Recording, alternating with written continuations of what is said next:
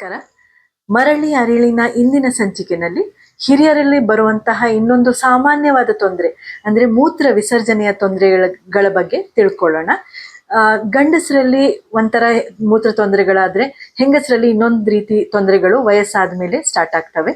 ಗಂಡಸರಲ್ಲಿ ನೋಡೋದಾದ್ರೆ ಅವರಿಗೆ ವಯಸ್ಸಾಗ್ತಿದ್ದ ಹಾಗೆ ಪ್ರಾಸ್ಟೇಟ್ ಗ್ರಂಥಿ ಅನ್ನುವಂಥದ್ದು ಸ್ವಲ್ಪ ದೊಡ್ಡದಾಗ್ತಾ ಬರುತ್ತೆ. ಈಗ ಹೆಂಗಸರಲ್ಲಿ ಹೇಗೆ ವಯಸ್ಸಾದಾಗೆ ಮುಟ್ಟು ನಿಲ್ಲುತ್ತೋ ಹಾಗೆ ಗಂಡಸರಲ್ಲಿ ಪ್ರಾಸ್ಟೇಟ್ ಎಂಬ ಗ್ರಂಥಿ ದೊಡ್ಡದಾಗುತ್ತೆ. ಅದ್ರ ಮಧ್ಯೆ ಯೂರಿನ್ ಟ್ಯೂಬ್ ಹೋಗೋದ್ರಿಂದ ಇದು ದೊಡ್ಡದಾದ ಹಾಗೆ ಯೂರಿನ್ ಟ್ಯೂಬ್ ಕಂಪ್ರೆಸ್ ಆಗುತ್ತೆ. ಯೂರಿನ್ ಟ್ಯೂಬ್ ಕಂಪ್ರೆಸ್ ಆದಾಗ ಇವರಿಗೆ ಮೂತ್ರ ಅವಾಗ ಹೋಗಿ ಮಾಡಬೇಕು, ಪೂರ್ತಿಯಾಗಿ ಬ್ಲಾಡರ್ ಎಂಟಿ ಆಗಲ್ಲ. ಹಾಗಾಗಿ ಅವಾಗ ಹೋಗುವಂತಹ ಸಿನಾರಿಯೋ ಬರುತ್ತೆ. ಸಾಮಾನ್ಯವಾಗಿ ರಾತ್ರಿ ಶುರುವಾಗೋದು ಎರಡೆರಡು ಗಂಟೆಗೂ ಎದ್ದು ಯೂರಿನ್ ಮಾಡುವಂತಹ ಸ್ಥಿತಿ ಆಗುತ್ತೆ. ಇನ್ನು ಕೆಲವರಿಗೆ ಮೂತ್ರ ಸ್ಟಾರ್ಟ್ ಮಾಡಕ್ಕೆ ತೊಂದರೆ ಆಗುತ್ತೆ, ತುಂಬಾ ಫೋರ್ಸ್ ಹಾಕಿ ಸ್ಟಾರ್ಟ್ ಮಾಡ್ಬೇಕಾಗತ್ತೆ, ಮುಕ್ಕಿ ಸ್ಟಾರ್ಟ್ ಮಾಡ್ತಾರೆ. ಇನ್ನು ಕೆಲವರು ತೆಳು ಸ್ಟ್ರೀಮ್ ಹೋಗುತ್ತೆ, ಹಾಗಾಗಿ ತುಂಬಾ ಹೊತ್ತು ನಿಂತ್ಕೊಂಡು ಯೂರಿನ್ ಮಾಡಕ್ ಸ್ಟಾರ್ಟ್ ಮಾಡ್ತಾರೆ. ಈ ರೀತಿಯಾದ ಹಲವು ತೊಂದರೆಗಳು ಗಂಡಸರಲ್ಲಿ ಬರುತ್ತೆ. ಅವರಲ್ಲಿ ಅರ್ಜೆನ್ಸಿ ಕೂಡ ಇರುತ್ತೆ, ಅಂದ್ರೆ ಬಾತ್ರೂಮ್ ಹೋಗೋದ್ರೊಳಗೇನೆ ಒಂದೆರಡು ತೊಟ್ಟು ಇನ್ನರ್ ವೇರಲ್ಲಿ ಆಗೋಗ್ಬಿಡುತ್ತೆ. ಅದಕ್ಕೂ ಅವರಿಗೆ ಮುಜುಗರ ಆಗುತ್ತೆ. ಈ ತರ ತೊಂದರೆಗಳನ್ನ ನೀವು ಮುಚ್ಚುಮರೆ ಮಾಡ್ದಿರ ನಿಮ್ಮ ಫಿಸಿಷಿಯನ್ ಹತ್ರ ಮಾತಾಡಿದ್ರೆ ಅದಕ್ಕೆ ಸರಿಯಾದ ಪರಿಹಾರಗಳನ್ನ ಅವರು ಕೊಡ್ತಾರೆ. ಸಿಂಪಲ್ ಕೆಲವು ಟೆಸ್ಟ್ಗಳು ಹೇಳ್ಬೋದು. ಒಂದು ಸ್ಕ್ಯಾನು, ಯೂರಿನ್ ಫ್ಲೋ ಹೇಗಿರುತ್ತೆ ಅಂತ ನೋಡೋಕ್ಕೆ ಒಂದು ಯೂರೋಫ್ಲೋಮೆಟ್ರಿ ಅಂತ ಮಾಡಿಸಿ ಅದಕ್ಕೆ ಸರಿಯಾದ ಮಾತ್ರೆಗಳನ್ನ ಸಜೆಸ್ಟ್ ಮಾಡ್ತಾರೆ. ಮಾತ್ರೆಗಳು ವರ್ಕ್ ಆಗಿಲ್ಲ ಅಂದ್ರೆ ಮಾತ್ರ ಸರ್ಜರಿ ಇರುತ್ತೆ. ನೀವು ಸರ್ಜರಿಗೆ ಹೆದರ್ಕೊಂಡು ಡಿಸ್ಕಸ್ ಮಾಡ್ದಿರಾ ಹೋಗ್ಬೇಡಿ, ಹೇಳ್ಕೊಳ್ದಿರಾ ಇರಬೇಡಿ. ಇನ್ನು ಹೆಂಗಸರಲ್ಲಿ ವಯಸ್ಸಾದ ಹಾಗೆ ಪೆಲ್ವಿಕ್ ಮಸಲ್ಸ್ ತುಂಬಾ ಲೂಸ್ ಆಗುತ್ತೆ. ಈಗ ಹೆರಿಗೆ ಟೈಮಲ್ಲಿ ಅದು ಆಲ್ರೆಡಿ ಜಗ್ ಹೋಗಿರುತ್ತೆ, ವಯಸ್ಸಾದಾಗೆ ಅದರಲ್ಲಿ ಬಲ ಇರೋದಿಲ್ಲ. ಹಾಗಾಗಿ ಸುಮ್ಮನೆ ನಕ್ಕರು ಕೂಡ ಇಲ್ಲ ಜೋರಾಗಿ ಸೀನಿದ್ರೆ ಕೆಮ್ಮು ಬಂದ್ರೆ ಚೂರು ಯೂರಿನ್ ಸೋರೋದಕ್ಕೆ ಸ್ಟಾರ್ಟ್ ಆಗುತ್ತೆ. ಇದು ಒಂದ್ ರೀತಿ ತೊಂದರೆ. ಆದ್ರೆ ಅವರಲ್ಲಿ ಕೂಡ ರಾತ್ರಿ ಅವಾಗ ಎದ್ಬಿಟ್ಟು ಯೂರಿನ್ ಮಾಡುವಂಥದ್ದು, ಮತ್ತೆ ಕಂಟ್ರೋಲ್ ಇಲ್ಲದೆ ಇರುವಂಥದ್ದು, ಅಂದ್ರೆ ಬಂತು ಅಂದ ತಕ್ಷಣ ಹೋಗ್ಬಿಡ್ಬೇಕು, ಇಲ್ಲಾಂದ್ರೆ ದಾರಿಯೆಲ್ಲ ಆಗುವಂಥದ್ದು, ಒಳಗೆಲ್ಲ ಒಂಥರ ಮೈಯೆಲ್ಲ ಯೂರಿನ್ ಲೀಕ್ ಆಗಿ ವಾಸನೆ ಬರುವಂಥದ್ದು, ಅಲ್ಲಿ ಅದರಿಂದ ಇನ್ಫೆಕ್ಷನ್ ಆಗುವಂಥದ್ದು, ಇದೆಲ್ಲ ಅವರಿಗೂ ಸ್ವಲ್ಪ ಮುಜುಗರನೇ. ನೀವು ಇದನ್ನ ನಿಮ್ ಫಿಸಿಷಿಯನ್ ಹತ್ರ ಡಿಸ್ಕಸ್ ಮಾಡಿದ್ರೆ ಇದಕ್ಕೆಲ್ಲ ಪರಿಹಾರ ಇರುತ್ತೆ. ಯೂರಿನ್ ಅರ್ಜೆನ್ಸಿ ಅಥವಾ ತುಂಬಾ ಸತಿ ಯೂರಿನ್ ಹೋಗೋದು ಬೇರೆ ತೊಂದರೆಗಳಿಂದ ಕೂಡ ಆಗ್ಬೋದು.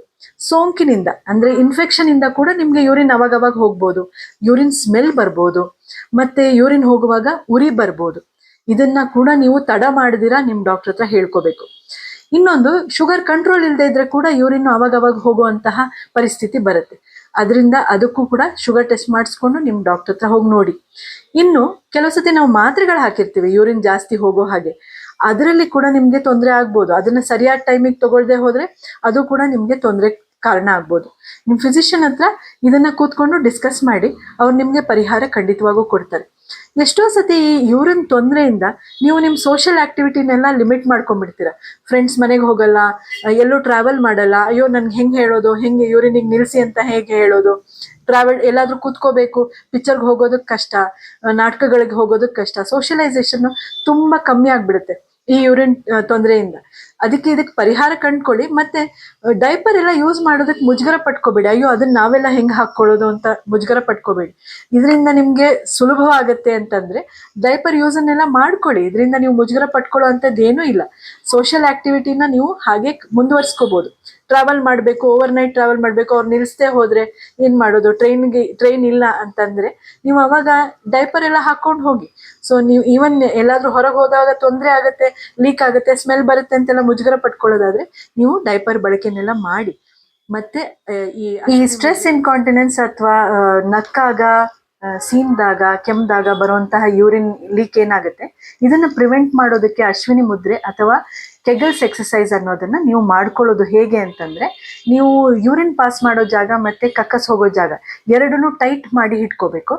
ಆ ತೂತುಗಳನ್ನ ಟೈಟ್ ಆಗಿ ಒಳಗಿಟ್ಕೊಂಡು 1 2 3 4 5 6 7 ಹಾಗೆ ಒಂದು 8 ಅಥವಾ 10 ಕೌಂಟ್ ಮಾಡಿ ರಿಲ್ಯಾಕ್ಸ್ ಮಾಡಿ, ಆ ತರ ಮತ್ತೆ ಹಿಡ್ಕೊಳ್ಳಿ, ಮತ್ತೆ 2 ತೂತನ್ನ ಟೈಟ್ ಮಾಡಿ ಇಟ್ಕೊಳ್ಳಿ, ಮತ್ತೆ 10 ವರೆಗೆ ಕೌಂಟ್ ಮಾಡಿ ಮತ್ತೆ ಬಿಡಿ. ಈ ತರ ನೀವು ದಿನಕ್ಕೆ 50 ರಿಂದ 100 ಸತಿ ಮಾಡೋದ್ರಿಂದ ಅಲ್ಲಿಯ ಸ್ನಾಯುಗಳಿಗೆ ಬಲ ಬರುತ್ತೆ. ನಿಮ್ಗೆ ಯೂರಿನ್ ಲೀಕ್ ಆಗೋದು, ಚೂರ್ನಕ್ಕಾಗ ಮಾಡಿದಾಗೆಲ್ಲ ಲೀಕ್ ಆಗೋದು ಕಮ್ಮಿ ಆಗ್ತಾ ಹೋಗುತ್ತೆ. ಈ ಅಶ್ವಿನಿ ಮುದ್ರೆ ಎಕ್ಸಸೈಸ್ಗಳನ್ನೆಲ್ಲ ನಿಯಮಿತವಾಗಿ ಮಾಡ್ಕೊಳ್ಳಿ. ನಿಮ್ಮ ಫಿಸಿಷಿಯನ್ ಹತ್ರನೂ ಡಿಸ್ಕಸ್ ಮಾಡಿ. ನಮಸ್ಕಾರ.